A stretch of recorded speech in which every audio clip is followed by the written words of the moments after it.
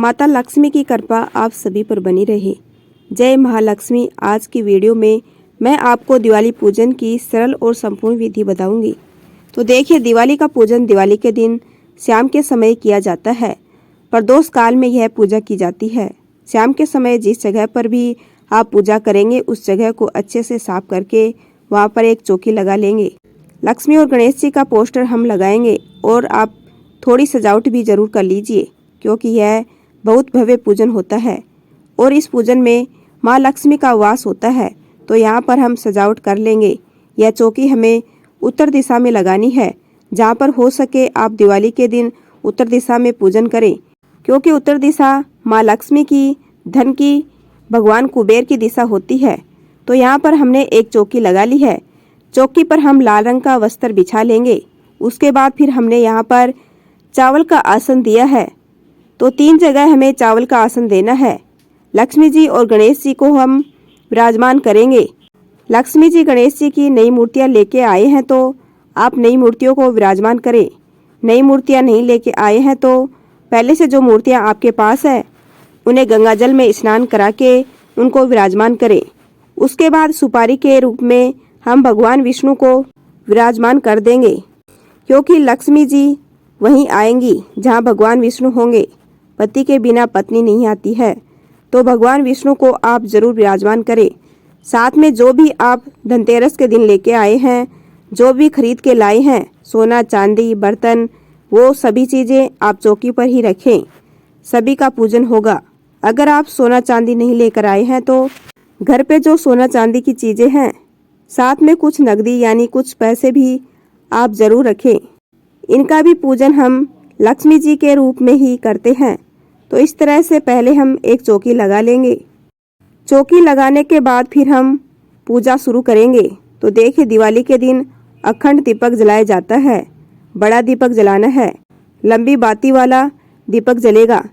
चावलों का आसन देके उसके ऊपर हमें दीपक जलाना है। आप चाहे तो चावल की ढेरी लगा सकते हैं। आप चावल से अष्टदल कमल बना सकते हैं, या आप चावल से स्वास्तिक भी बना सकते हैं। यानी चावल हमें रखने हैं, उसके ऊपर हमें दीपक रखना है। तो यहाँ पर मैंने स्वास्तिक बना दिया है। इसके ऊपर हम बड़ा दिया रखेंगे, जिसे अखंड दीपक कहा जाता है, और हम दिया जला लेंगे। दिया जलाने के बाद हाथ जोड़कर लक्ष्मी माता से प्रार्थना करेंगे, हे लक्ष्मी माता, आज के दिन मैं आपका पूजन कर रही हूँ या कर रहा हूँ। पूजा में अगर कोई कमी रहे तो मुझे क्षमा करें, और मेरे घर में आप वास करें, अन्न धन की बारिश करें, बरकत करें। आप मेरे घर में भगवान विष्णु सहित विराजमान हो, ऐसी कामना करते हुए पूजा शुरू करेंगे। तो पूजा में सबसे पहले हम भाव रूप में सभी को स्नान करा लेंगे, जल के छींटे लगा देंगे। उसके बाद वस्त्र स्वरूप हम गणेश जी को जनेऊ समर्पित करेंगे। विष्णु भगवान को भी हम जनेऊ समर्पित कर देंगे। तो पहले जनेऊ समर्पित करेंगे, उसके बाद फिर हम वस्त्र के रूप में कलावा यानी मोली समर्पित कर देंगे। माता लक्ष्मी को भी वस्त्र के रूप में मोली समर्पित करेंगे। और लाल रंग की चुनरी अगर आपके पास है तो लक्ष्मी माता को आप लाल रंग की चुनरी जरूर उड़ाएं। इसके साथ ही लक्ष्मी गणेश जी का जो पोस्टर लगाया है उस पर भी हम कलावा चढ़ा देंगे। पोस्टर आप ऐसे लेके आए जिसमें लक्ष्मी और गणेश जी के साथ साथ माता सरस्वती और भगवान कुबेर भी हो, तो सबका पूजन एक साथ ही हो जाएगा। वस्त्र समर्पित करने के बाद सभी को हम रोली से तिलक कर देंगे। तो चौकी पर जितनी भी चीजें हमने विराजमान कराई है सभी को हम तिलक करेंगे। तो यहाँ पर सभी देवी देवताओं को बर्तन, सोना चांदी जो भी आपने रखा है सभी को हम तिलक कर देंगे। दीपक का भी हमें पूजन करना है, तो दीपक को भी हम तिलक करेंगे और अक्षत यानी चावल समर्पित कर देंगे। इसके साथ ही तिलक करने के बाद फिर हम फूल समर्पित करेंगे। तो देखिए, जो भी फूल आपको मिल जाएं आप वो फूल चढ़ा सकते हैं। लेकिन लक्ष्मी माता के लिए अगर आपको कमल का फूल मिल जाए तो यह सबसे ज़्यादा उत्तम है, क्योंकि माँ लक्ष्मी को कमल अति प्रिय है। और बहुत से लोग ना बंद कमल को ही इस तरह चढ़ा देते हैं। बंद कमल को नहीं चढ़ाया जाता है। कमल आपको बंद मिलेगा जब आप लेके आएंगे, तो ये कली के रूप में मिलेगा। आपको खुद इसे खिलाना पड़ेगा। तो ऐसे कमल को खिला के सुंदर सा कमल का फूल बन जाएगा। अब ये कमल का फूल आप सरस्वती माता को भेंट करें। उसके बाद सब धान चढ़ाया जाता है। सब धान इसलिए चढ़ाया जाता है ताकि घर में सब तरह के धन धान्य की बरकत हो।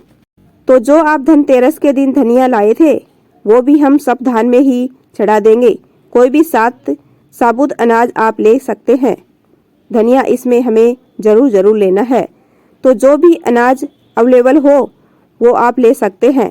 इसके बाद लक्ष्मी माता की कुछ प्रिय चीज़ें होती है जो लक्ष्मी पूजन पर जरूर चढ़ाने चाहिए, तो वो चीज़ें हम चढ़ाएंगे। जैसे गोमती चक्कर है, तो यहाँ पर हमने 5 गोमती चक्कर ले लिए हैं। इसके बाद ही सरस्वती माता को कोड़ी अति प्रिय है, तो 5 कोड़ी हमने यहाँ पर चढ़ा दी है। 5 हम यहाँ पर सुपारी चढ़ा देंगे। कमल गट्टे माँ सरस्वती को अति प्रिय होते हैं, तो 5 कमल गट्टे हम यहाँ पर चढ़ा देंगे। इसके साथ ही 2 हल्दी की गांठ, सूखी हल्दी की गांठ हमें लेनी है, वो चढ़ा देंगे। लौंग और इलायची हम चढ़ा देंगे। देखिए, इन चीज़ों की संख्या आप अपनी इच्छा के अनुसार कम ज़्यादा कर सकते हैं। कितनी भी संख्या में आप ये चढ़ा सकते हैं, लेकिन सरस्वती माता को ये चीज़ें अति प्रिय होती है। और अगर आप धन पोटली बनाते हैं तो इन्हीं चीज़ों से धन पोटली बनाई जाएगी। ये चीज़ें समर्पित करने के बाद फिर भोग के रूप में सबसे पहले हम खील पतासे समर्पित करेंगे। खील पतासे का भोग दिवाली की पूजा में जरूर समर्पित किया जाता है। तो खील पतासे का भोग समर्पित करेंगे। जो भी बर्तन आपने रखा है उसमें खील पतासे जरूर डालिए। बर्तन को खाली नहीं रखा जाता है। फिर हम मिठाइयों का भोग समर्पित करेंगे। अगर आपने घर पर मिठाई बनाई है, खीर हलवा कुछ बनाया है, तो उसका भोग समर्पित, नहीं तो जो बाजार से मिठाई लेके आए हैं उनका भोग आप लगा सकते हैं। साथ ही हम ऋतु फल का भोग समर्पित करेंगे। तो देखिए, हो सके तो 5 ऋतु फल आप समर्पित कीजिएगा। 5 अलग अलग फल ना हो तो एक ही फल को 5 की संख्या में समर्पित कर सकते हैं। फिर हमें क्या करना है, लक्ष्मी माता को जो भोग समर्पित किया जाता है ना, वो पान के पत्ते पर भोग समर्पित किया जाता है। पान लक्ष्मी माता को अति प्रिय होता है, तो पान का पत्ता हम लेंगे और जो भी हमने भोग चढ़ाया है वो भोग हम पान के पत्ते पर रखकर लक्ष्मी माता को समर्पित कर देंगे।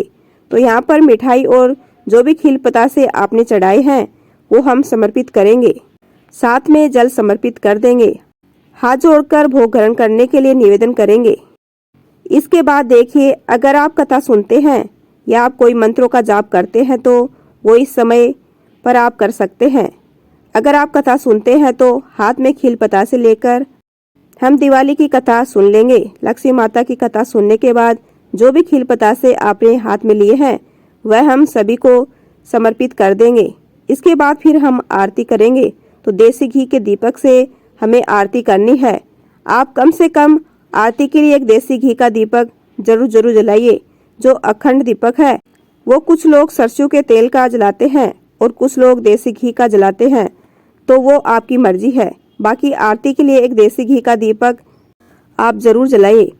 इसके साथ ही बहुत सारे सरसों के तेल के दीपक जलाए जाते हैं, तो आप वो दीपक भी जला लीजिएगा। अगर आपके यहाँ पे आरती की जाती है तो आप लक्ष्मी माता की आरती करें।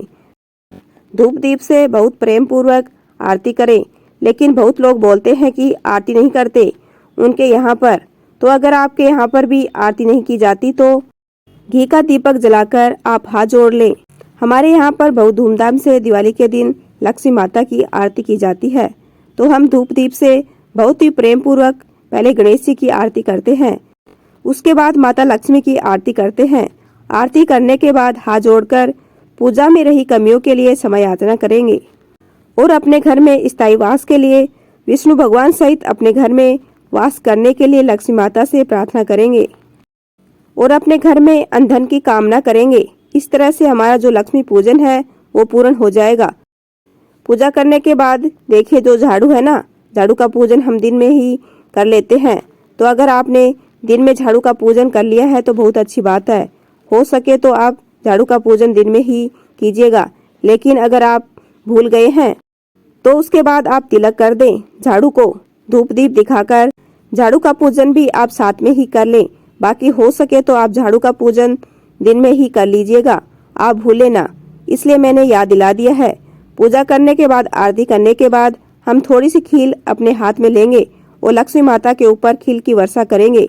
घर के सभी सदस्य खील की वर्षा, इससे घर में धन की वर्षा होती है। उसके बाद हाथ जोड़ लेंगे और अपनी पूजा को पूर्ण करेंगे। पूजा करने के बाद जब 1-1.5 घंटा आपको हो जाए पूजा करने के बाद, तो फिर हम एक धन पोटली बनाते हैं।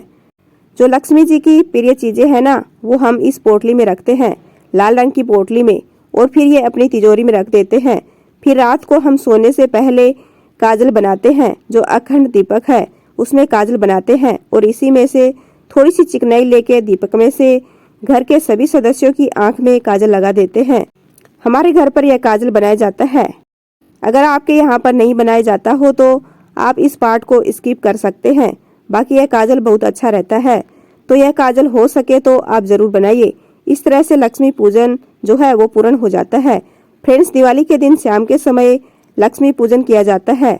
लक्ष्मी पूजन का एक शुभ मुहूर्त होता है, उसी समय पर लक्ष्मी पूजन किया जाता है। और शाम को जब आप पूजन करेंगे तो आप स्नान करके और उसके बाद पूजन करें। लक्ष्मी पूजन बहुत भव्य और बहुत बड़ा पूजन होता है, तो शुद्ध होगा स्नान आदि करके शाम को फिर आप लक्ष्मी पूजन कीजिएगा। और बहुत ही प्रेम से पूरे परिवार के साथ आप लक्ष्मी पूजन कीजिए, ताकि लक्ष्मी माता की कृपा आपके परिवार पर बनी रहे और लक्ष्मी माता आपके परिवार पर धन की वर्षा करती रहे। दिवाली पूजा के बाद हम धन पोटली बनाएंगे। दिवाली पूजा की बहुत ही सरल विधि है। आपको यह विधि कैसी लगी कमेंट करके जरूर बताना। और अगर वीडियो आपको पसंद आई हो, वीडियो आपके लिए थोड़ी बहुत भी यूजफुल हो, तो प्लीज वीडियो को लाइक कर देना। और हम महिलाएं घर में तीज त्योहार कैसे करते हैं ये देखने के लिए मेरे चैनल को सब्सक्राइब जरूर कर लेना। और हाँ, बहुत से लोग दिवाली के दिन कलश की स्थापना भी करते हैं। हो सके तो झाड़ू का पूजन आपको शाम को सूर्यास्त से पहले पहले करना है। लेकिन अगर आप भूल गए हैं पूजा करना या किसी कारण से नहीं कर पाए हैं, तो फिर आप जब लक्ष्मी पूजन करेंगे तब साइड में आप झाड़ू का भी पूजन कर सकते हैं। माँ लक्ष्मी की कृपा आप पर सर्वदा बनी रहे और आपके घर में धन धान्य की वर्षा होती रहे। इसी कामना के साथ फिर मिलेंगे किसी और वीडियो में। तब तक के लिए आप सभी को शुभ दीपावली। जय माँ लक्ष्मी। राम राम। धन्यवाद।